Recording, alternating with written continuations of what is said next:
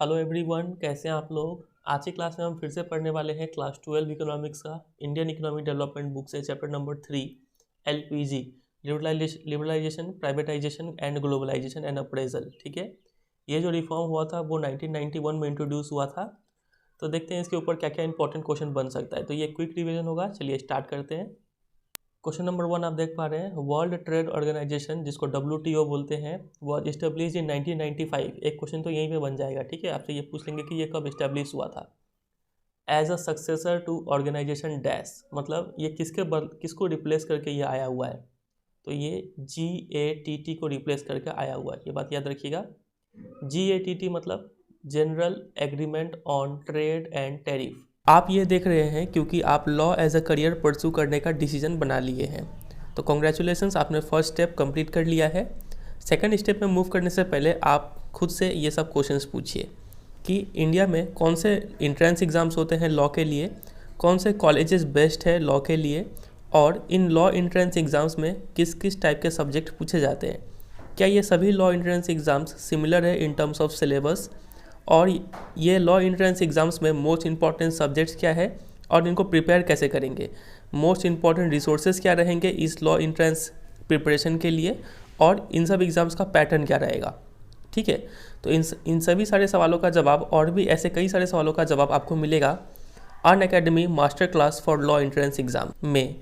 Unacademy लेके आया है आपके लिए Unacademy master class for law entrance exams. ये क्लास आपका चलेगा 11 जनवरी से 15 जनवरी तक, वो भी फ्री ऑफ कॉस्ट। ठीक है, इसमें इंडिया में जो भी मेजर लॉ एंट्रेंस एग्जाम्स होते हैं जैसे कि क्लैट, AILET, SLAT और भी कई सारे एग्ज़ाम्स, इनके ऊपर डिस्कशन किया जाएगा और कंपैरिजन किया जाएगा कि किस किस एग्ज़ाम में किस किस टाइप के क्वेश्चन पूछे जाते हैं।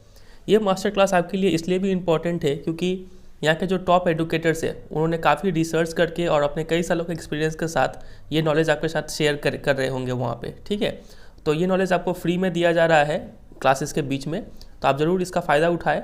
तो इस क्लास को आप ज्वाइन करें, ठीक है, और अपने जितने भी डाउट्स है उसको क्लियर करें, जितने भी मिथ है रिगार्डिंग लॉ एंट्रेंस और करियर ऑप्शंस उसको आप ख़त्म करें, और सब्जेक्ट वाइज एकदम डिटेल एनालिसिस जाने वेरियस लॉ एंट्रेंस एग्जाम्स के बारे में।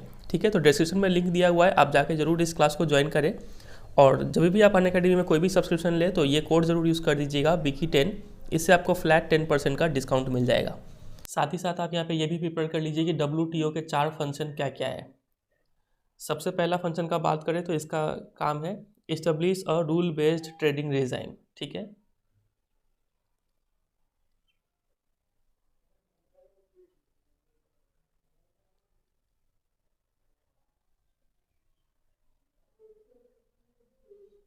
रूल बेस्ड ट्रेडिंग रिजाइम ऐसा इन्वायरमेंट इस्टेब्लिश करना है जिसमें कोई भी नेशन अपने अंदर सामान घुसने से या फिर निकलने से कोई रेस्ट्रिक्शन नहीं लगाएगा। मान लीजिए कोई ऐसा कंट्री है जो अपना सामान बाहर जाके तो बेच रहा है लेकिन दूसरे कंट्री का सामान अपने अंदर आने नहीं दे रहा है, तो ये तो अनफेयर हो गया ना बाकी कंट्री के लिए, वो अपना सामान यहाँ पे नहीं बेच पा रहे हैं। तो ऐसा ही ये सब देख रेख करने का काम किसका है, WTO का है। तो ये हो गया पहला फंक्शन इसका। दूसरे फंक्शन पे आते हैं, इसका एक और फंक्शन है in large production and trade off services. Services जो है उसका प्रोडक्शन भी बढ़ाना है और ट्रेड भी बढ़ाना है। ठीक है, ये दूसरा फंक्शन है इसका। तीसरे फंक्शन में बात करें तो to ensure optimum utilisation of world resources. World resources मतलब अलग अलग कंट्री के जो भी रिसोर्सेज है वो सबका बेस्ट यूज़ हो फॉर द मैनकाइंड, ये इसका तीसरा फंक्शन हो गया। और चौथा फंक्शन है टू प्रोटेक्ट इन्वायरमेंट, इन्वायरमेंट को प्रोटेक्ट करना। तो ये 4 रोल आप इसका याद रखिएगा, WTO का इंपॉर्टेंट है। क्वेश्चन नंबर 2 पे आते हैं। ये कोई क्वेश्चन नहीं है, बस ऐसे नॉलेज के लिए है। History of demonetisation in India. India में डीमोनेटाइजेशन 3 बार किया गया है, एक 1946 में, एक 1978 में और एक जो रिसेंट वाला 2016 में। ठीक है, इसका डेट भी याद रखिएगा 8 नवंबर। Question number 3, out of the following which industry is reserve for public sector. Public sector मतलब ऐसा कौन सा इंडस्ट्री है जिसमें गवर्नमेंट ही सिर्फ उसको कंट्रोल और मैनेज करती है। तो यहाँ पे जो ऑप्शन नंबर 1 है एटॉमिक एनर्जी, ये काफ़ी सेंसिटिव एरिया है, अगर प्राइवेट वालों के हाथों में दे देंगे तो हो सकता है कुछ गड़बड़ हो जाए और ऐसा लॉस हो जाए जो इरिपेरेबल हो, तो इसीलिए इसको गवर्नमेंट अपने हाथों में लेकर रखी हुई है। ठीक है, एटॉमिक एनर्जी इसका राइट आंसर होगा। चलिए आगे मूव करते हैं। क्वेश्चन नंबर 4 ये रहा, identify the correctly matched pair, कौन सा सही से मैच है वो बताइए। तो नंबर 1 हमें देखने को मिल रहा है जीएसटी। तो जीएसटी 2015 दिया गया था, 2015 में नहीं हुआ था ये जीएसटी, कब अप्लाई हुआ था? 1 जुलाई 2017, इस डेट में अप्लाई हुआ था ये। डीमोनेटाइजेशन 2017 नहीं होगा, इसका कब था? 8 नवंबर 2016, ठीक है, ये डेट याद रखिएगा। Liberalisation of trade policy, LPG reforms 1991 में आया था, तो ये करेक्टली मैच्ड है, ये इसका आंसर होगा। नेशनलाइजेशन ऑफ बैंक्स 1980 में नहीं हुआ था, ये हुआ था आपका 1969 में। तो जो गलत है वो भी याद रखिएगा, उसका सही डेट, ठीक है। ये और ये समझ में आ रहा है कि नहीं आ रहा है? आ रहा है। चलिए आगे बढ़ते हैं। Question number 5, assertion reason type question. ये इस टाइप के क्वेश्चन इस बार देखने का काफ़ी ज़्यादा चांसेस है।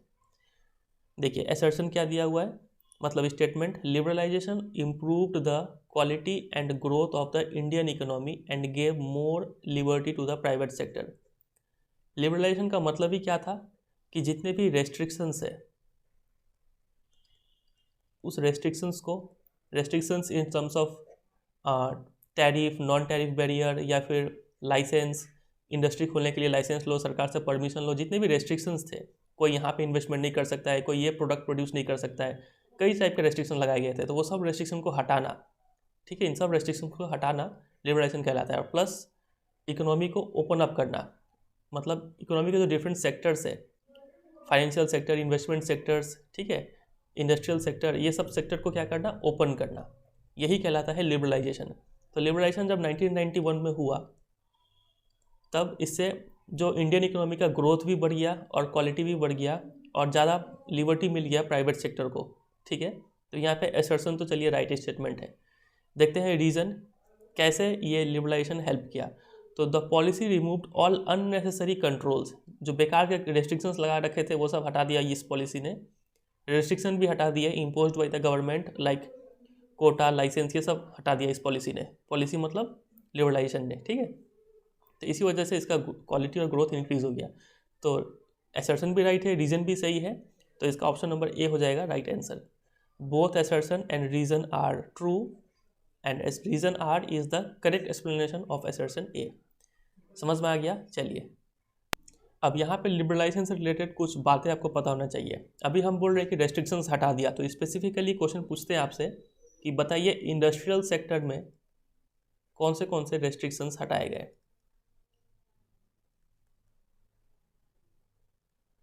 तो देखिए कुछ लिखते हैं कौन से रेस्ट्रिक्शंस हटाए गए थे। सबसे पहला जो हटाया गया वो था इंडस्ट्रियल लाइसेंसिंग वाज एबोलिश्ड, ठीक है, लाइसेंसिंग सिस्टम को एबोलिश कर दिया गया। अब लाइसेंस नहीं लेना पड़ेगा सरकार से कोई चीज़ को प्रोड्यूस करने के लिए, एक्सेप्ट कुछ चीज़ों को छोड़ के, जैसे कि अल्कोहल हो गया,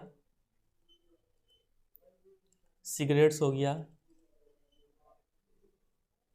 सिगरेट का स्पेलिंग CIGARETTE, सिगरेट्स हो गया, और hazardous chemicals, industrial explosive, electronics, aerospace, drugs, pharmaceuticals, जो सेंसिटिव एरिया है, इन सब में लाइसेंस अभी भी लेना पड़ेगा, लेकिन इन सब कैटेगरी के प्रोडक्ट को छोड़ के बाकी कोई भी चीज़ प्रोड्यूस करने के लिए लाइसेंस लेने की ज़रूरत नहीं है। ये पहला यहाँ पे लिबरलाइज किया गया। इसके अलावा जो पहले ऐसे कई सारे प्रोडक्ट्स थे जो स्मॉल स्केल इंडस्ट्रीज़ के लिए रिजर्व करके रखे गए थे कि वो सब प्रोडक्ट यही इंडस्ट्री प्रोड्यूस करेगी। सरकार इसको प्रोटेक्ट करके क्यों रखी थी? लास्ट क्लास में हमने देखा था 2 रीज़न, क्योंकि चूँकि ये लेबर इंटेंसिव है तो यहाँ पे एम्प्लॉयमेंट जनरेट होता है, और दूसरा रीज़न हमने देखा था कि ये जो है compete नहीं कर सकती है बिग इंडस्ट्रीज़ के साथ, ठीक है, इसीलिए गवर्नमेंट इसको प्रोटेक्ट करके रखी हुई थी। तो अब ये प्रोटेक्शन हटाया गया कुछ हद तक, ठीक है। यहाँ पे काफ़ी सारे प्रोडक्ट्स जो स्मॉल स्केल इंडस्ट्रीज़ के लिए रिजर्व करके रखे हुए थे उन सबको क्या कर दिया गया? डी रिजर्व कर दिया गया, डी रिजर्व्ड। तो इस बात को ध्यान रखिएगा, ठीक है। तो ये कुछ इंडस्ट्रियल सेक्टर में रिफॉर्म्स लाए। बात करें फाइनेंशियल सेक्टर का रिफॉर्म्स, तो फाइनेंशियल सेक्टर में सबसे पहला तो नंबर 1 रोल ऑफ RBI, इसको रिड्यूस किया गया, ठीक है। मतलब बैंक्स को अब परमिशन दे दिया गया कि वो अब लोन देने का मैटर है या फिर कोई नया ब्रांच खोलने का मैटर है, ये सब डिसीजन ले सकता है विदाउट कंसल्टिंग RBI। ये पहला यहाँ पे लिबरलाइज किया गया। इसके अलावा जो फॉरेन इंस्टीट्यूशनल इन्वेस्टर्स है FII, ठीक है, जैसे कि merchant bankers, mutual fund, pension fund, ये सब हो गए, ये सब आप इंडियन फाइनेंशियल मार्केट में इजीली इन्वेस्ट कर सकते थे, ये भी परमिशन दे दिया गया। तो ये सब कुछ लिबरलाइजेशन हुआ फाइनेंशियल सेक्टर में, शॉर्ट में बता रहे हैं।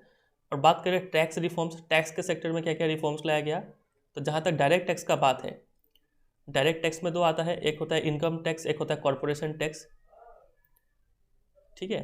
तो इनकम टैक्स का बात करें या फिर कॉरपोरेशन टैक्स का बात करें, दोनों ही क्या कर दिया गया, डिक्रीज़ कर दिया गया, ये मान के कि जितना टैक्स रिड्यूस करेंगे उतना ही पब्लिक आगे मोटिवेट होगी खुद से ही टैक्स देने के लिए, मतलब टैक्स इवेशन जो है वो रिड्यूस हो जाएगा यहाँ पे। तो ये दोनों रिड्यूस किया गया।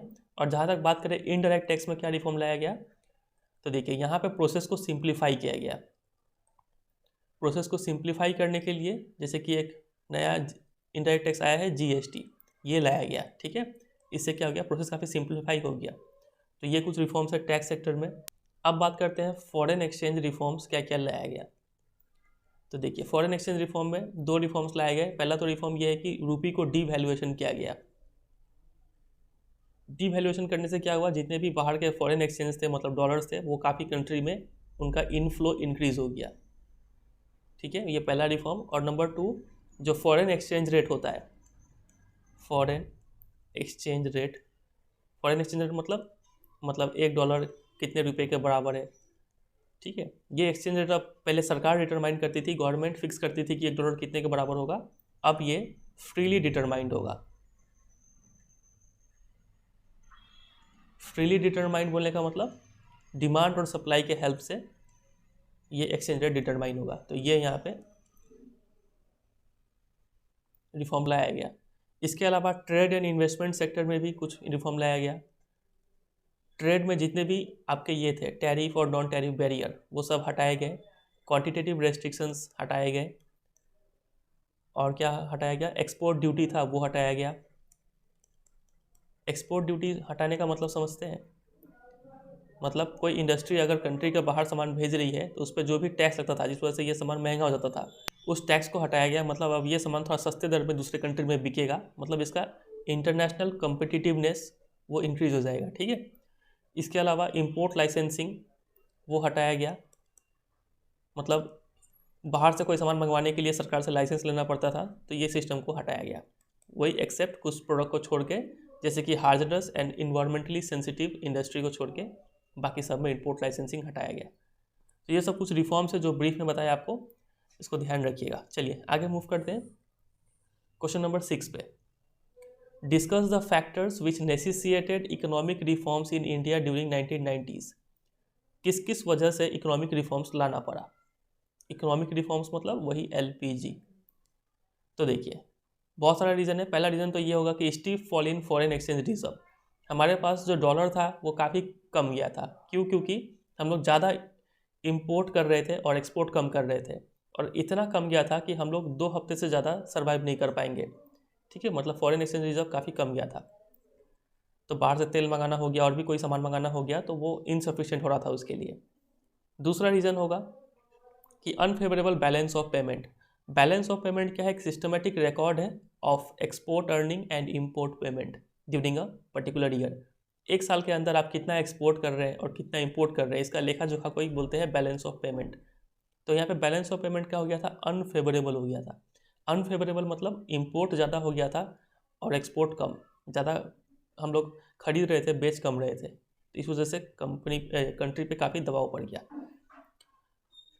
तीसरा reason high rate of price inflation. अब देखिए इंडियन गवर्नमेंट जो थी उस समय काफ़ी ज़्यादा एक्सपेंडिचर किए जा रही थी। एक्सपेंडिचर करने का वजह से पब्लिक के हाथ में काफ़ी ज़्यादा पैसा था, लेकिन प्रोडक्शन जो है फूड ग्रेन्स का या फिर इंडस्ट्रियल प्रोडक्शन उतना इंक्रीज़ नहीं हो पा रहा था। तो पब्लिक के पास पैसा ज़्यादा है लेकिन गुड्स जो है वो कम है, तो जिस वजह से डिमांड बढ़ गया और डिमांड बढ़ने से प्राइस ऑफ गुड्स मतलब इन्फ्लेशन बढ़ गया, ठीक है। चौथा रीज़न था high burden of external debt का। हम लोग बाकी दूसरे कंट्री से काफ़ी ज़्यादा लोन लिए हुए थे, इसका बर्डन भी काफ़ी ज़्यादा था। इतना बर्डन हो गया था कि अब हमें कोई भी कंट्री लोन नहीं दे पा रहा था, मना कर दे रहा था कि नहीं देंगे, पहले का चुकाओ फिर हम आगे देंगे। और पांचवा था high burden of physical deficit of in government budget. Physical deficit भी हाई था, मतलब जो गवर्नमेंट का एक्सपेंडिचर था वो ज़्यादा हो जा रहा था कंपेयर टू रेवेन्यू। तो यही सब कुछ रीज़न है जिस वजह से इंडिया में इकोनॉमिक रिफॉर्म्स लाना पड़ा।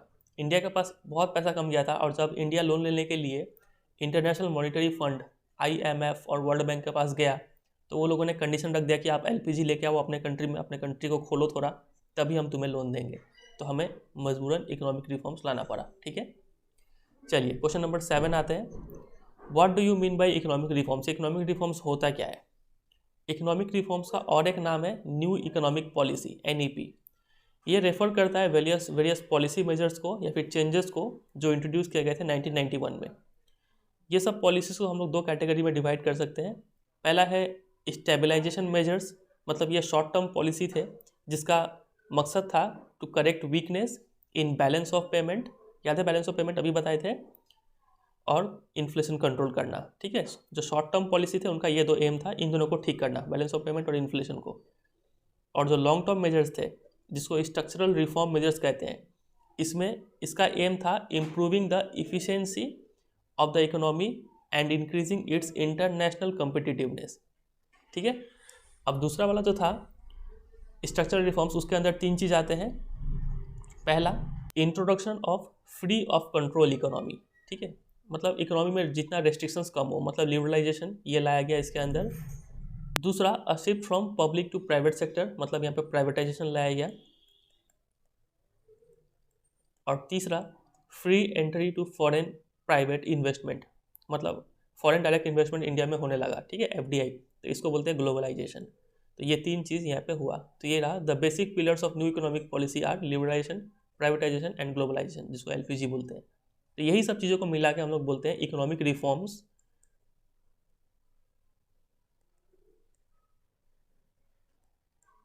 या फिर दूसरे शब्दों में न्यू इकोनॉमिक पॉलिसी।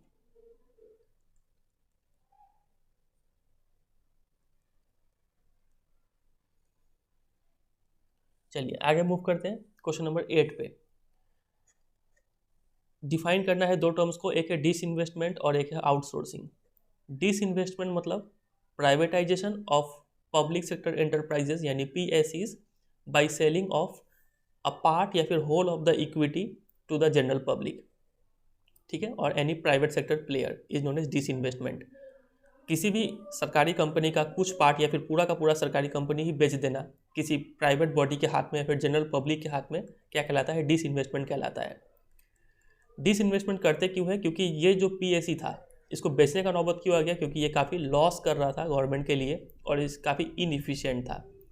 इसको अगर प्राइवेट बॉडी के हाथों में दे देंगे तो इसका एफिशिएंसी इंप्रूव हो जाएगा।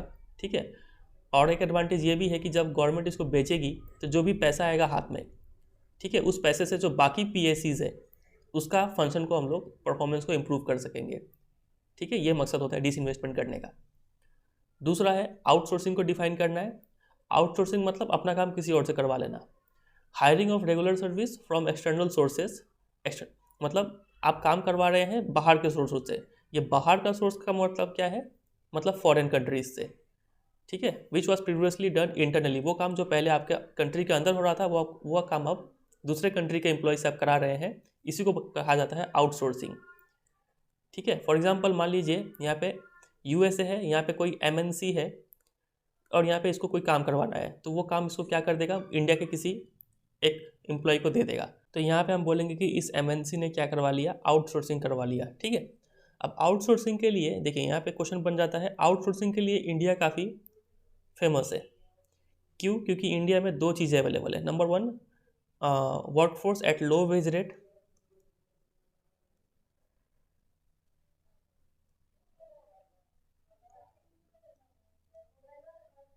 काफ़ी ज़्यादा लेबर अवेलेबल है और वो भी काफ़ी कम दाम में काम करते हैं यहाँ पे। और दूसरा रीज़न हो जाएगा कि यहाँ पे हाईली स्किल्ड मैन पावर है। हाईली नहीं तो बोल सकते हैं, स्किल्ड मैन पावर तो है ही। ठीक है, स्किल्ड मैन पावर है। तो ये 2 रीजन की वजह से इंडिया एक फेवरेबल डेस्टिनेशन है आउटसोर्सिंग कराने के लिए। ये भी क्वेश्चन पूछते हैं आपसे। क्वेश्चन नंबर 10 पे आते हैं। What are the trade and investment policy reforms introduced in NEP? तो ट्रेड एंड इन्वेस्टमेंट में क्या रिफॉर्म्स लाया गया? तो हम अभी आपको बताए थे कि जितने भी क्वांटिटेटिव रेस्ट्रिक्शंस है वो हटाए गए, इंपोर्ट लाइसेंसिंग हटाया गया, एक्सपोर्ट ड्यूटी को हटाया गया, और टैरिफ और नॉन टैरिफ बैरियर दोनों टाइप को हटा दिया गया।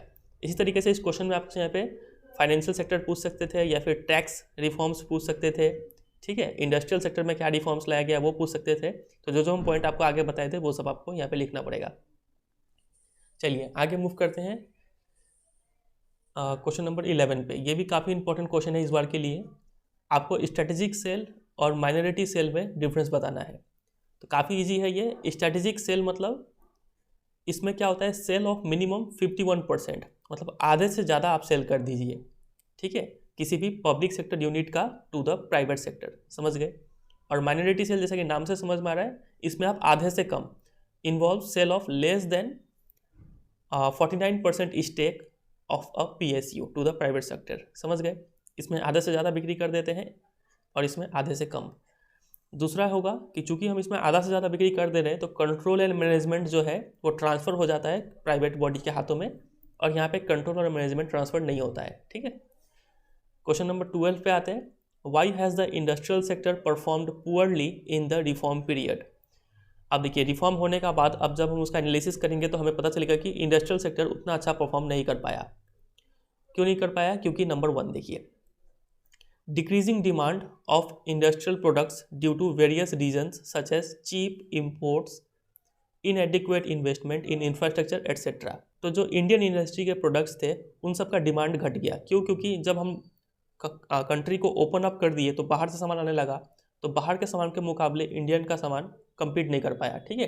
बाहर के सामान सस्ते होते थे, क्वालिटी अच्छा होता था, इस वजह से इंडियन का जो गुड्स का जो डिमांड है वो डिक्रीज़ हो गया। इस वजह से जो इंडस्ट्रियल सेक्टर है वो उतना अच्छा परफॉर्म नहीं कर पाया, ठीक है। ये हुआ एक रीज़न। और भी रीज़न है, ये रहा, डोमेस्टिक मैन्युफैक्चरर जो है वो कंपटीशन फेस कर रहे थे इंपोर्ट से, इसलिए उतना अच्छे से ये लोग कम्पीट नहीं कर पाए। और तीसरा, ग्लोबलाइजेशन जब हम लोग किए तो इससे free movement of goods and services हो गया, जिस वजह से जो फॉरेन कंट्री से जो सामान आ रहे थे वो एडवर्सली अफेक्ट कर रहे थे लोकल इंडस्ट्रीज़ को and employment opportunities in developing countries. तो ये 3 रीज़न है जिस वजह से इंडस्ट्रियल सेक्टर उतना अच्छे से परफॉर्म नहीं कर पाया। बात करें अगर एग्रीकल्चर का, तो एग्रीकल्चर भी उतना अच्छा ग्रोथ नहीं कर पाया इन द पोस्ट रिफॉर्म के बाद। क्यों? क्योंकि देखिए, सरकार ने पब्लिक इन्वेस्टमेंट जो था वो कम कर दिया in the agriculture sector, irrigation में इन्वेस्टमेंट कम कर दिया, ठीक है। फिर और रीज़न क्या था, फर्टिलाइजर सब्सिडी जो पहले सरकार दे रही थी वो भी उन्होंने काफ़ी रिड्यूस कर दिया, जिस वजह से जो एग्रीकल्चर का प्रोडक्टिविटी है वो भी डिक्रीज़ हो गया। और देखिए, कई सारे जो इंपोर्ट ड्यूटीज़ है वो हटा दिया गया। बाहर से अब एग्रीकल्चर प्रोडक्ट जब आ रहे थे उन पे इंपोर्ट नहीं लग रहा था, जिस वजह से वो सब सामान काफ़ी सस्ते आ रहे थे इंडिया में, और जो इंडियन का जो खेती का जो सामान है वो उनसे कम्पीट नहीं कर पा रहा था। फिर और एक रीज़न बोल सकते हैं यहाँ पे, ये बोल सकते हैं कि चूँकि जो व्यू पॉइंट था ना, वो व्यू पॉइंट अब क्या हो गया था, एक्सपोर्ट ओरिएंटेड हो गया था। सब चाह रहे थे कि हम ऐसा चीज़ उगाएं जो एक्सपोर्ट करें और ज़्यादा से ज़्यादा अर्निंग हो वहाँ पे, ठीक है, एक्सपोर्ट ओरिएंटेड। तो सब क्या कर रहे थे, कैश क्रॉप्स को ग्रो कर रहे थे। कैश क्रॉप्स ग्रो करने का चक्कर में जो फूड ग्रेन से इनका प्रोडक्शन उतना अच्छा नहीं हो पा रहा था, और चूँकि फूड ग्रेन से प्रोडक्शन इंक्रीज़ नहीं हो पा रहा था तो इनका जो प्राइस है वो काफ़ी इंक्रीज़ हो गया, मतलब इन्फ्लेशन बढ़ गया। तो ये सब कुछ रीज़न है जिस वजह से एग्रीकल्चर सेक्टर भी उतना अच्छे से परफॉर्म नहीं कर पाया in the post reform period. Question number 13 देखिए, इसी के ऊपर बेस्ड है। यहाँ पे आपका NCERT बुक का टेबल 3.1 लिया गया है। ऐसे एग्जाम में आपसे टेबल डायरेक्ट दे देते हैं और बोलते हैं कि क्रिटिकली अप्रेज, ठीक है। तो आपको इस टेबल को देखना है और ध्यान से समझना है। देखिए, यहाँ पे ग्रोथ बताया गया है GDP का और मेजर सेक्टर्स का इन परसेंटेज। तो सबसे पहले अगर टोटल देखें तो टोटल देखिए, रिफॉर्म से पहले ग्रोथ रेट कितना था इंडिया का, 5.6। रिफॉर्म के बाद ग्रोथ रेट देखिए कितना हो गया है, 8.2 हो गया है। तो ग्रोथ रेट तो इंक्रीज़ हुआ, मतलब रिफॉर्म का अच्छा इफेक्ट पड़ा है इंडिया पे। अब सेक्टर वाइज अगर बात करें तो देखिए, एग्रीकल्चर का पहले ग्रोथ था 3.6%, अब ग्रोथ कितना हो रहा है, 3.2। एग्रीकल्चर सेक्टर का ग्रोथ डिक्लाइन कर गया। क्यों डिक्लाइन कर गया, यहाँ पे इतना सारा रीज़न हमने देखा है, ठीक है, ये सब रीज़न। फिर इंडस्ट्री का बात करें तो 7.1 था, 7.4, उतना ज़्यादा इंक्रीज़ नहीं हो पाया इंडस्ट्री का भी ग्रोथ रेट। तो ये भी रीज़न क्या होगा, यहाँ पे दिया हुआ है। मतलब हम बोल सकते हैं जो टोटल GDP ग्रोथ रेट है वो mainly because of service sector का ग्रोथ से ही ये ड्रिवन है, ठीक है। तो इसको ऐसे आपको एनालाइज कर देना है। और सर्विस सेक्टर का ग्रोथ ज़्यादा क्यों हुआ? बहुत सारा रीज़न है। इंडिया में स्किल्ड लेबर है, पॉपुलेशन ज़्यादा है, ठीक है, तो आउटसोर्सिंग का वजह से काफ़ी सारे कंट्रीज अपना काम यहाँ से करवा रहे थे। और बूस्ट हमें जो देखने को मिला इन द टेलीकॉम सेक्टर, ठीक है, यहाँ पे भी काफ़ी ज़्यादा ये एम्प्लॉयमेंट क्रिएट कर दिया, मतलब सर्विस सेक्टर का ग्रोथ काफ़ी ज़्यादा अच्छा हुआ। प्लस बैंकिंग सेक्टर भी काफ़ी अच्छा परफॉर्म किया इस टाइम पे। तो देखिए ऐसे आपको एनालाइज कर देना है। तो बस यही था लास्ट क्वेश्चन, और तो क्वेश्चन यहाँ पे नहीं है। तो यही था, उम्मीद करते हैं आपको अच्छे से समझ में आया होगा। इन सब का आपको पता ही है क्या करना है, अच्छे से नोट्स बनाना है, और जो जो हम एक्स्ट्रा बात बताते हैं उन सबको भी नोट डाउन करते चलना है। तो बस यही है, उम्मीद करते हैं आपको आपका आज का वीडियो समझ में आया होगा। वीडियो अच्छा लगा तो वीडियो को जरूर एक लाइक कर दीजिएगा, तो अपने दोस्तों के साथ भी शेयर कर दीजिएगा, और चैनल पर नए हो तो चैनल को सब्सक्राइब भी कर लीजिएगा। मिलते हैं बहुत जल्द अगले वीडियो में, तब तक के लिए goodbye and take care.